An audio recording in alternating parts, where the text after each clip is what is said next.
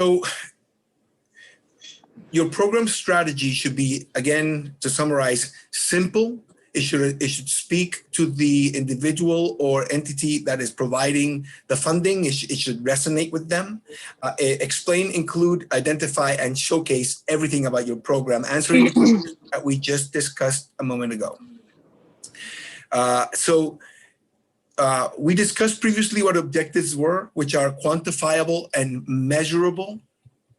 Well, we're going to start from the bottom here. Objectives are quantifiable and measurable targets that answer the questions of what, how much, and by when. So your objectives are things that say 200 individuals will be fed breakfast and lunch for 1 month in this facility for in this facility. So how much, by when, and what's going to happen. So those are your objectives. Your strategies are a collection of tactics. And I like the way this is phrased. It's a collection of tactics that need a name. And this name is the strategy. When they were just doing the COVID-19 vaccine name for, vamping that thing out, they called it Operation Warp Speed. That's kind of how you have to think. And it's something that crystallizes for everybody that's involved what you are doing. And so your strategy then becomes something simple to explain. Strategies are the broad action-oriented items that we implement to achieve the objectives. So we expressed this, we went over this in the previous class, which is recorded, and Marcus can provide a copy of the link of the 3 previous classes so that anybody wants to catch up, they can just go. They're about half an hour in length. So, you don't have to sit for an hour. But we did cover strategies the last time that we had the last class. And then the tactics are task assignments that must be carried out by individual people. So I am responsible for A, you're responsible for B, she's responsible for C. That information needs to be placed somewhere in writing. I've mentioned Monday.com is a good platform, but you can do it on Excel. However things work for you. When you have a strategic plan, it's always good to sort of put in some visuals. But in general, what really makes it work is that you have thought something through. I'm going to open the floor just to ask a little bit from individuals here to see if what you have to share with regard to the work that you're doing, and whether you have a strategy, you don't, you need help with one. How is that coming along? Hello, everyone. This is Keisha. Excuse me. I think I do need some assistance with maintaining my strategies or making sure that my strategies are on point. The idea that I have is to assist elderly or senior citizens in long-term care facilities with organic fruits and vegetables or organic meals. That is as far as I've gotten. Okay. Hello, can you guys hear me? Yes. How do you pronounce your name? Yes, my name is Felia. Okay. Great. Felia Gibson. Let me step outside really quickly so I can speak to you guys. So a thing that I've seen in the community as well that I struggle with growing up, once I had my babies, I was kind of forced to go out into a world as a young single mother and figure out life by myself. So a great thing that I wanted to do to help out the community is I feel like a lot of times, I'm 23 years old, by the way. So I actually have women who I grew up with who are, you know what I'm saying, 21, 22, 23, who are struggling mothers, have nowhere to go, sleeping in their cars. So I've actually been saving up for this stream for a long time. So my whole goal was to come up with possibly, I didn't know how it works, so I have no plan. But the vision that I want to do is I want to possibly be able to own my own home and open up a place called Falia Loves Foundation. And it be whether eventually it's switched to helping out men as well, but it's an open home where women can stay for a while. I put them in better positions to where they find jobs, maybe perhaps get government assistance until they are able to, you know, take care of themselves, teach them how to, you know, basically schedule their life, work on their credit, learn how to incorporate doing day-to-day things at home while potentially owning your own business. Or, you know, some people don't want to own their own business. Some people just want to get up on their feet and do things on their own. So I feel like those are the steps that I potentially want to see in owning my own home, to where young women can come and stay, you know what I'm saying? And I find them a job, and then they pay me about $50 to $100, but that $100 is not for me per se. That $100 would accumulate over time. And then when it's time for them to leave, they get all the money that they saved up with me. And I basically just help them find somewhere to stay. So that's my vision. That's awesome. Thank you for sharing that. I will address it at the end. If anybody else would like to share any strategy, any struggle that you're having with regard to whatever it is you're trying to accomplish.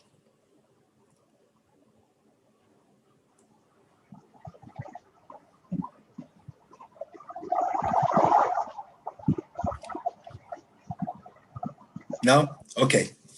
Well, Keisha, I wanted to ask you, what city are you working from? It's actually a rural city, Huntsville, Texas. The zip code is 77340. Very good. Okay. So organic meals for elderly food, particularly in this situation, that is an amazing thing. Marcus could definitely, he is a great manager of a network. So establishing something like what you want to do, of course, requires, you know, a lot of other things set in place if you want it to be an organization. We can discuss that at a later time.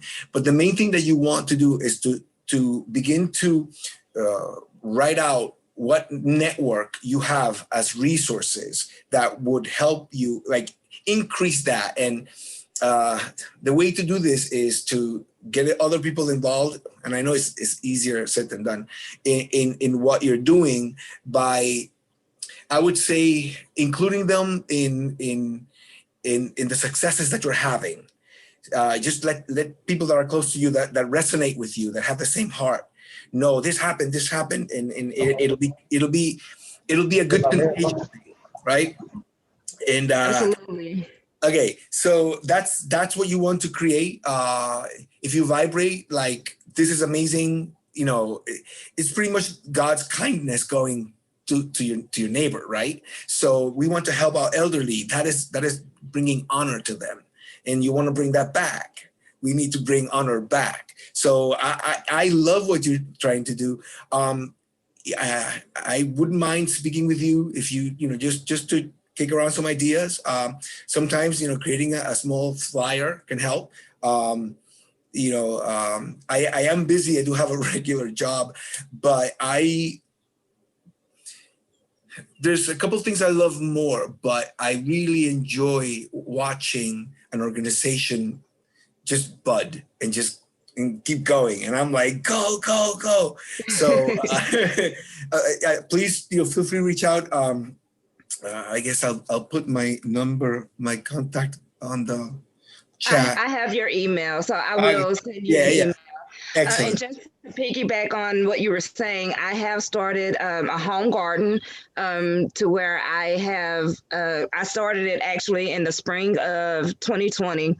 And so for the fall, I was able to provide like a veggie box to some of the facilities that I know in the area because my mom was a dementia patient, but she was at home. So I did network with different facilities because we were trying to, find resources to help assist her. Also, I have a network, or I have an associate at a food bank, and I'm trying to, see where I can get resources from them as well. Oh, wonderful.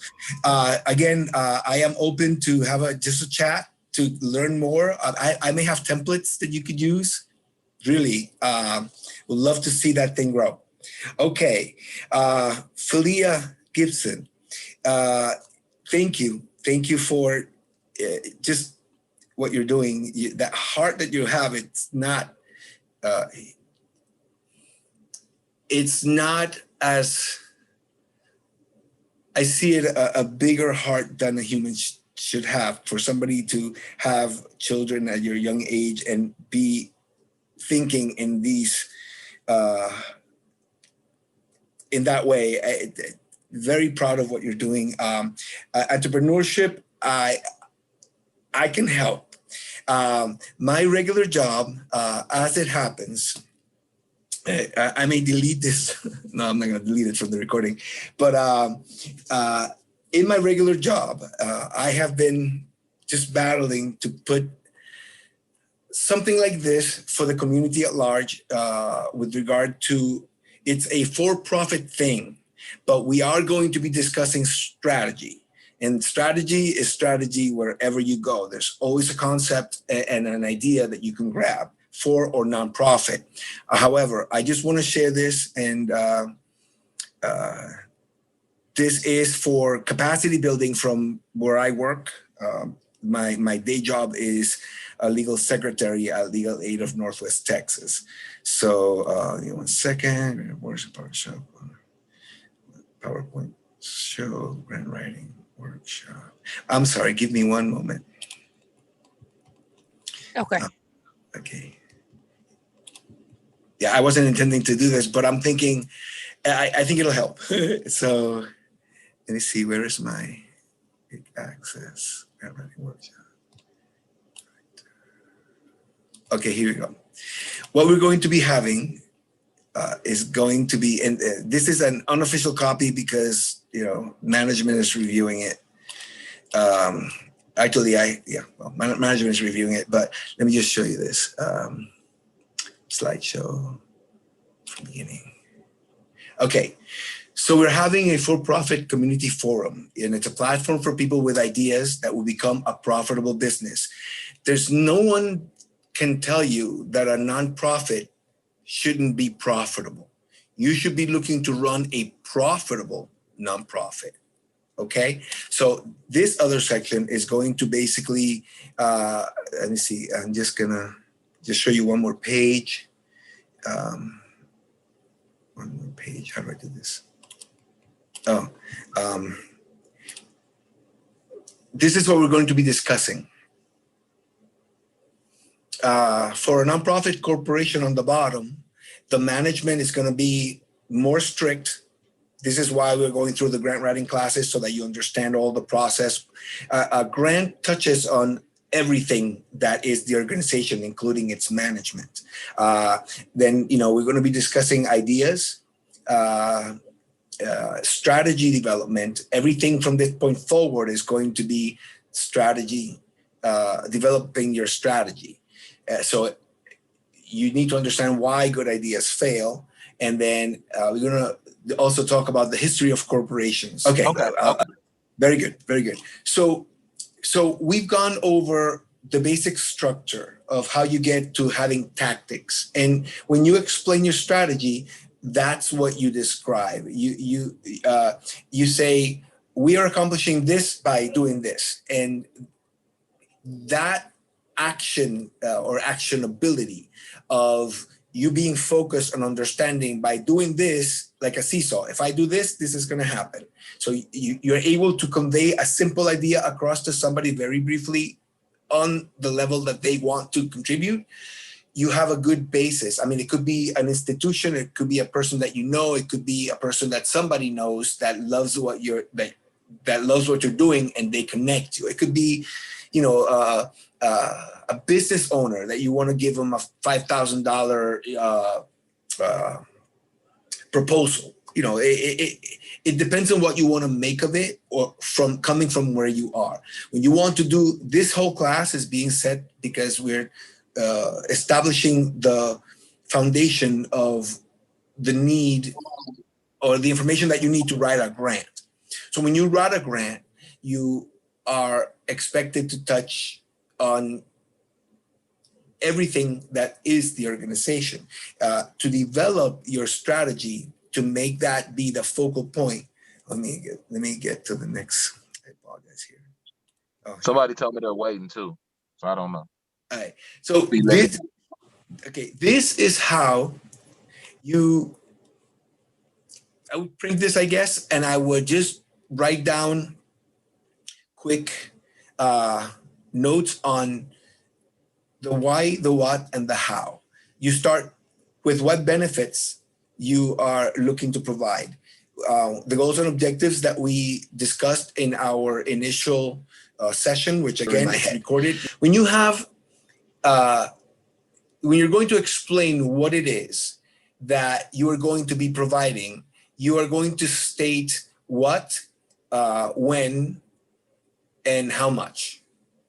So that's what you put in here. And then when the time is done, you will state, you will achieve so many feedings for 250 feedings for breakfast and lunch for 250 people for 1 month. That's the performance. And then you put in the actual numbers as they came out. So after this, your activities and milestones are going to determine if your performance measures that you say is going to happen. So you say in 3 months, this is going to be happening. In 6 months, this is going to be happening. In a year, this is going to be happening. That's how you develop your milestones, because you need to have it on a schedule. Otherwise, it's just a dream that once was. Resources, again, I'm sorry, I flew across before. So again, 1, 2, 3, 4, then 5. And then you can actually start this. I would actually start this first, the resources, because it's a positive thing. It makes me feel good about what we have, and it will put my thoughts to work on what benefits I can provide.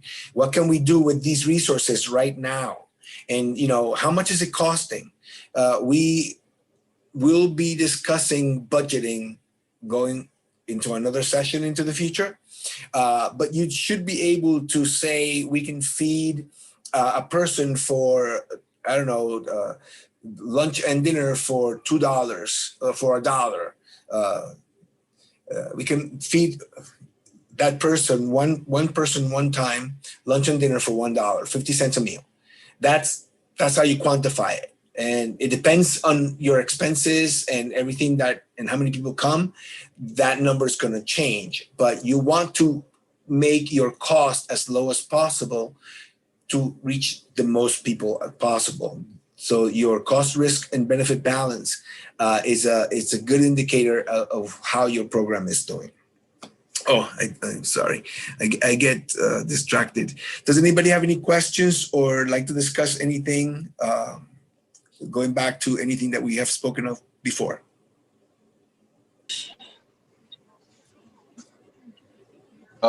This is Marcus again. I want to say, could everybody that's new, could you please put your email in the chat so Ashley or Mariah can save your email so we can send you the workbook and all the classes and the paperwork you have missed. And that's all I wanted to say. Okay. Also, Philia, I wanted to say, just as I mentioned to Keisha, if Marcus has my email, if you want to speak about any ideas or need, templates of any kind, do reach out to me. I'd love to be able to just contribute to whatever you're doing, as best I can. This is Keisha. So I do have a question about the graph that you have on the screen. So for number 4, for performance measures, exactly how do you get those numbers? Like Okay. in my case, what type of measures or metrics should I report? Like Okay. how many people are at a facility, or like what do I focus on? Yeah. How many people at a facility did you touch with the benefit that you have? Okay. When What you about like the amount or the amount of food that I provided, or the different types of products that I donated or that I gave to the facility? Would that be something I could put there? benefit A, benefit B, benefit C? Yes. Yes. The more benefits you're providing, then the cost risk, the benefit balance is higher, because you not only provided, you also need to indicate that you spend X amount of hours with these people. Okay. That you quantify that. That's a benefet. Any elderly sitting in one of those places, I'm sure that if you're I'm sorry. I'm gonna ask you to unmute. Right. I'm sure that if you're going through all this struggle, the people that are on the other end are perceiving you as a benefit. So Right. Okay. you need to approach this from a very different perspective than you've been doing it now. You don't see yourself doing it. Imagine if you are, one of those elderly individuals in the corner that's very quiet but looks at everything, and you see you walking in doing the stuff that you're doing. That's how you need to see yourself. Okay. So that you can quantify things better. To keep receipts of everything, please. Mileage. You went to XYZ on this day to deliver, to do whatever. Keep track of that mileage. That's a benefit that belongs to you. If you align yourself in a nonprofit situation where you have a 501c3, you can claim your mileage, but you should also claim your mileage while you're doing all this stuff, because it's preparation for all the stuff that you might need to do when the program, becomes something different. And that might be different ways. You may decide you don't want a 501c3. You may be able to get along doing it different ways. We can discuss it. But the main thing is you need to begin to see yourself as a provider of benefits. And the more benefits you can pack into anything, it has an impact on your cost per individual. There's a difference between driving 50 miles and bringing 10 meals to 10 people in one facility, just dropping it, versus bringing the meal, maybe bringing some socks, maybe spending some time with someone, maybe making a phone call because something happened to help something. Those things are valuable. Right. Yes. Okay. So I think I make myself abundantly clear. I tend to go on and on. So Well, no, I follow everything you're saying, and like you said, those are the things that I'm doing now. I just didn't see it in that way. yes, and always project what it's going to look like in the future. That's how you attract it, right? Right. All right. Thank you, Keisha, to give it to you. So we're always looking at this writing from the perspective of you narrate these things once they are in place, or once you determine what they're going to be. You do the narration and you record it, and you have that typed up. It's easier than sitting down and trying to get inspired to write something. So having said that, for the next class, that's going to be this is going to be on the first Saturday in 2 weeks. We're going to be here again at 2:00, and that same morning at 10, I'll be somewhere else. You'll get the invitation. So if anybody has any questions on anything for the upcoming classes or anything else, now's your time. If not, I'm going to give it to Marcus. We got a new class coming, a free class, Forex grant writing, stock market class. We also have a new headquarters in South Dallas, and we're going to do great things this year. CIVN is about promoting and uplifting other organizations and other people. We're going to push that really hard this year. You're going to see us really supporting other organizations and putting them to the forefront. I know we won a lot of awards last year. We want to see a lot of our organizations that we helped create win awards this year. Yes. So we want to create other award-winning organizations. So if you're here and you're creating your own organization, CIVN is going to push you to the top. We want you to win awards and get all the grants and the money possible. And that's what we're about, and that's what we're here for, to connect you with the resources and to support you. So we thank everybody that's on this call today, everybody that works with Commissary is very necessary. Because if you own this call, you are a part of Commissary is very necessary. And that's coming from the founder and the president. So you can best believe that. I appreciate y'all. I love y'all. We got about 10 more minutes. So if anybody has anything, we're going to send y'all the homework. We're going to send y'all the videos. We're going to send you everything. If you have any questions, just let us know. Like I say, in February, we have another free class coming up, which is the 4X free grant writing class. I mean, well, not grant writing, but stock markets, Bitcoin and stuff like that. We have a free class concerning that coming up too. We're going to be having our same events. We did have a Martin Luther King celebration. It was very wonderful for us. It was more of a celebration from getting Lamar Street changed to Botham John. Something that CIVN is very proud that we had almost everything to do with that. And we're going to keep doing great things like that. And we salute everybody on the call, and thank y'all for getting on the call. I know y'all time is valuable, so I'm going to let y'all go and have a great Saturday. Thank you, everyone, for being so attentive. Same to you guys. Enjoy your Saturday. Thank you. All right, Evo. I see y'all on there. Y'all didn't get a chance to talk. And whoever iPhone the Galaxy A21, I couldn't tell who that was. A lot of newbies on the phone. I'm excited. There was a lot of new people today. I'm excited about that. All right, y'all. I'm gonna let y'all go.